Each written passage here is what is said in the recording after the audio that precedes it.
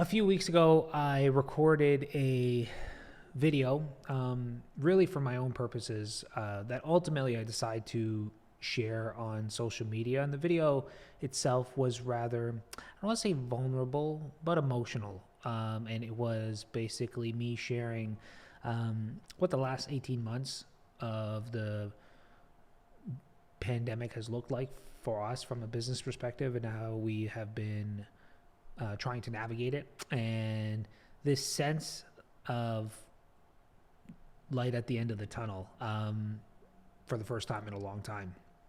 And the video resonated with a lot of people, which wasn't necessarily surprising to a degree because so much of what you see on social media, there's a lot of posturing and a lot of celebrating wins and that kind of stuff.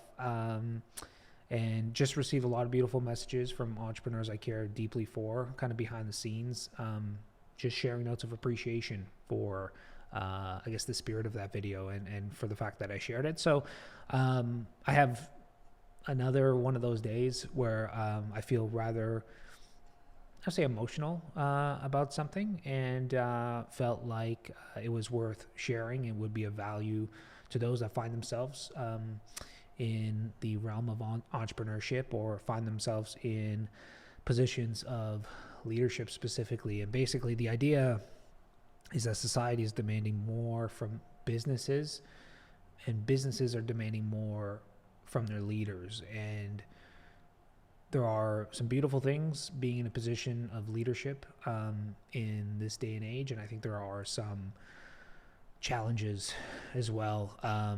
And for me, emotionally, I think if you are someone that tends to be rather empathetic,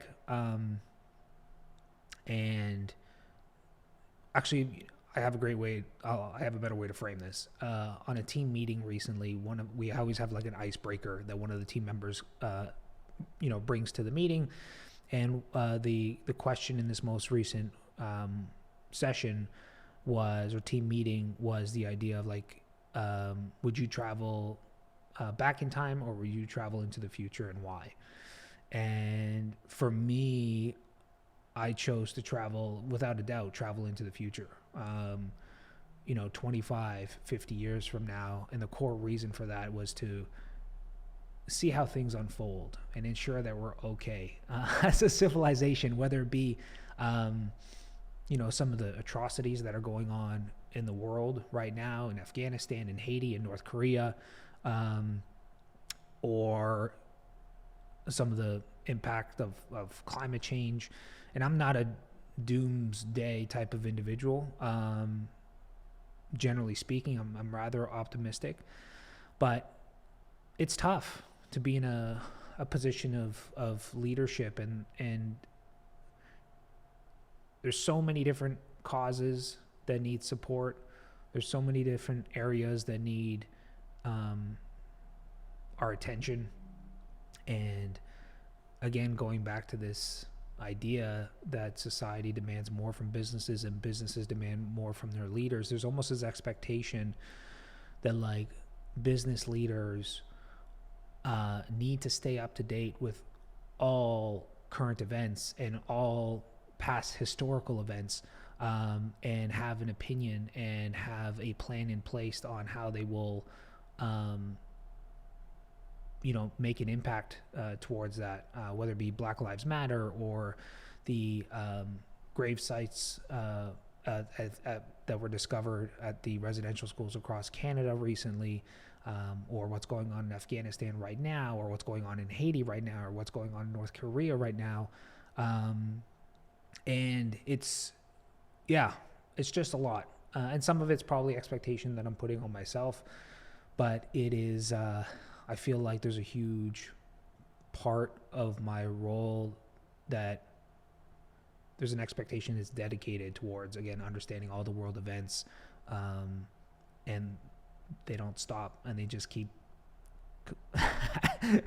they just don't stop. Israel and all these conflicts and injustices in the world. And again, when you are somebody that is empathetic and you want to elicit change and you want to make an impact, and that's one of the biggest things I despise is when people have a stance or they, make a simple post on social media just for optics.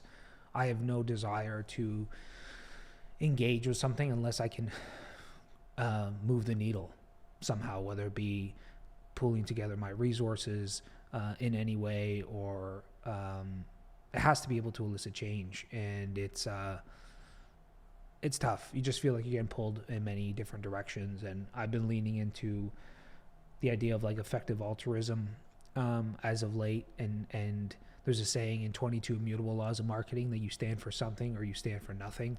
And I think that's probably the direction, in order to keep my own sanity, that I'll have to go in the future, is find a cause that is meaningful to me and meaningful to our organization and our team, and just go deep with that, and everything else support. But it is, I think until I do that, I will continue to feel pulled in so many different directions. And it's tough. It's tough because I feel much more of an allegiance to historically we don't have an organization that we support through MMT like exclusively, or a cause, or I don't personally either. I support kind of everything. And when a cause is dear to a friend, it's dear to me by default. But having such a wide, diverse kind of peer group, I have friends that are deeply affected by, again, some of the things that are going on in Haiti, some of the things going on in Afghanistan, some of the things, the Israel and Palestine conflict. And yeah, there's no nice way to wrap this up, I guess, so to speak, but I feel like it's worth voicing. It's very top of mind for me, maybe top of mind for others. So yeah, hopefully for some, this resonates, but if you're navigating through some of the same heaviness of being a leader in these times, know that you're not alone.